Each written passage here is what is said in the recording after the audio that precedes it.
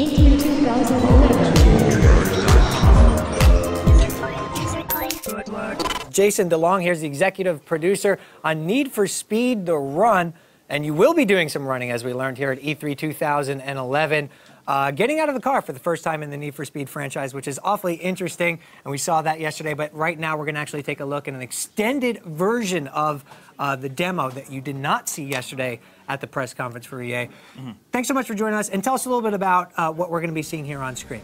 Well, what we're showing today is what was shown at the EA press conference yesterday, with a little bit of extended gameplay. So, you know, first and foremost, we're starting with the race. It's a racing game, and but what we wanted to show at E3 this year is kind of one of the new innovations in the game, which is, you know, as you say, getting out of the car. Right. You know, for us, getting out of the car wasn't sort of a feature that we decided, well, what haven't we done yet? It really was about an essence of the storytelling. Okay. Getting out of the car is less than 10% of the game as a whole. I mean, it's obviously something we want to show off here. It's a big feature for us, but you know, first and foremost, we're a racing game. We're true to our roots. It's Need for Speed. Right. So for us, it was really important that in a way to tell the story in a way we haven't before, which is actually in-game. We've always done sort of high-end video where you have this great adrenaline-filled race experience and then you stop and watch a video. We wanted to keep the player engaged in the story all the way along. So by bringing that character into the game and bringing that experience in, we know that we can actually propel the gameplay forward both in and out of the car. So, you know, some people saw it and they said, oh, we're doing QuickTime events, and right. you know, we'll face it head on. Absolutely, we are doing QuickTime events. Sure. Because for us, the motivation of the game and the motivation of the race and the run is to get from San Francisco to New York as fast as you can. And when we force you out of that car because of a story moment,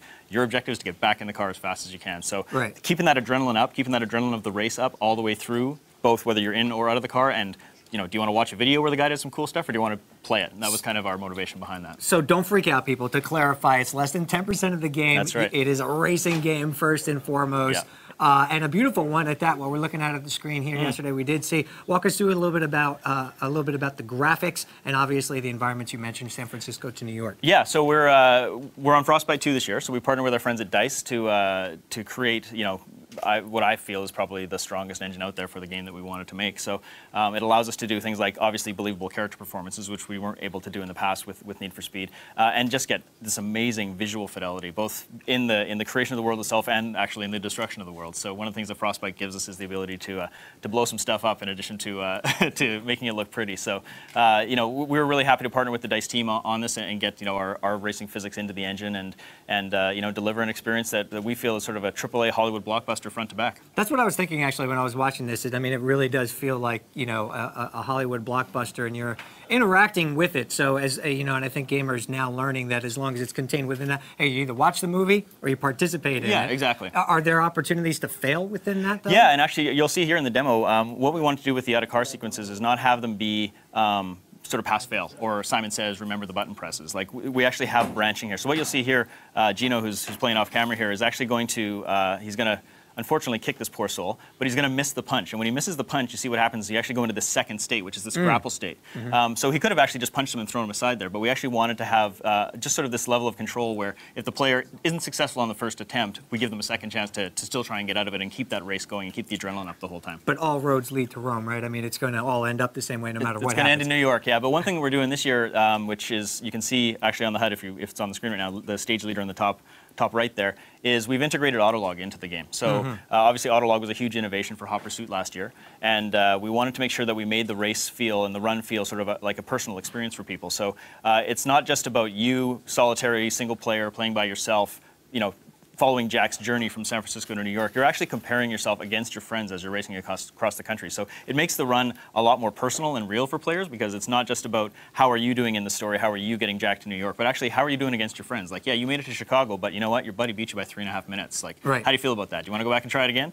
So that's the idea, is that it makes the race more personal beyond the, you know, the fabrication of the story that we've created. It actually is a real story for real people as well. And now, is this the brand new footage that we? This is stuff. This is stuff you didn't see at the press conference yesterday. So this is the full cop heli battle all through Lower Wacker and into Michigan Avenue in Chicago. So we've you know, recreated the cities as faithfully as gameplay allows. And this whole intense chase here is you basically Not to go into the reasons behind the story, but the mob is on your tail, and they're not too pleased that you're in the race right now, and they're doing everything they can to shut you down. So, when pushed to extreme circumstances, our hero Jack had to unfortunately steal a police car from a fine, upstanding member of the Chicago Police Force, and is now just racing for his life. He's trying to get out of Chicago, get away from the mob as fast as he can, and get back in the race. And unfortunately, the mob has a rather large and rather lethal helicopter that they're running at him. You used the word intense a couple of times, and that was what it appeared to me to be at the demo yesterday, and of course here again. And having the player be involved with the interactive cutscenes, are there ever any lulls in the action to kind of catch your breath? Yeah, I mean, we're very prescriptive in the way that we want to pace this out, obviously. We want it to feel like a Hollywood movie, and that comes with highs and lows. So obviously this is a super high action moment in a super high action sequence in the story.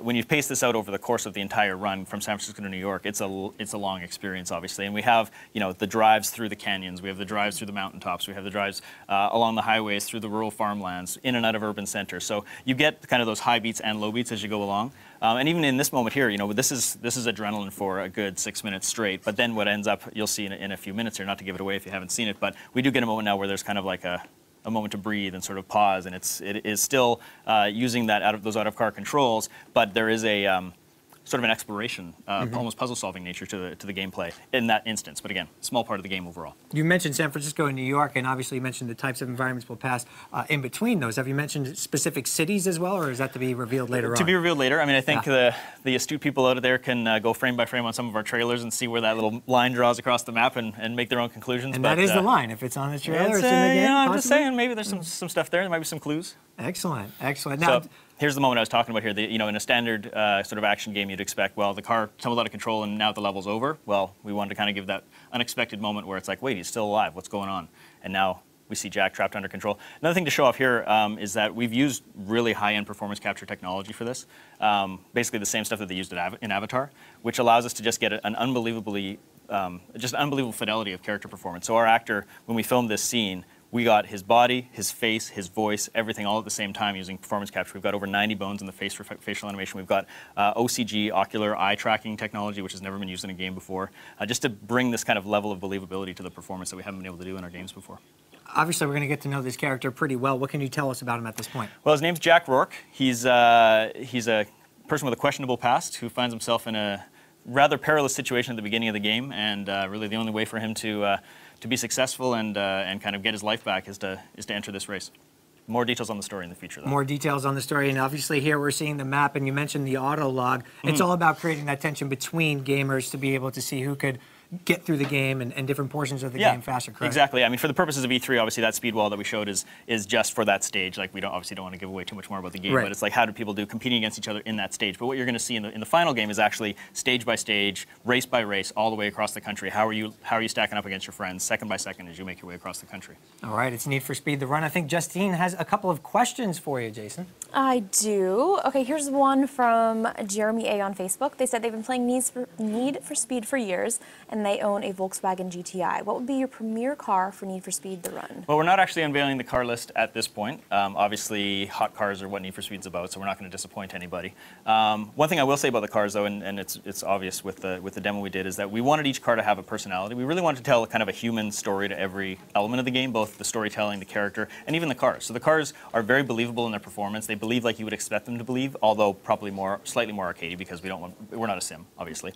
But we didn't just put a Ford Mustang in the game. We put the Ford Shelby Super Snake Mustang in the game. So every car you're going to race in the run and then throughout the game is going to have kind of a unique personality, a little bit different from the stock model that you would expect. Awesome. Justine, any more questions? Yeah, we have one from Taylor R. on Facebook, and they said, getting out of your car, does this mean I can ghost ride and Need for Speed the Run? I've done it in real life, and it didn't work out so well. I'm not going to comment on that at this point. What we're showing at E3 is I think a pretty good slice of what people can expect when they're getting out of the car. And as I said before, it's really innate to the story. So. All right, we got time for one more question, Justine.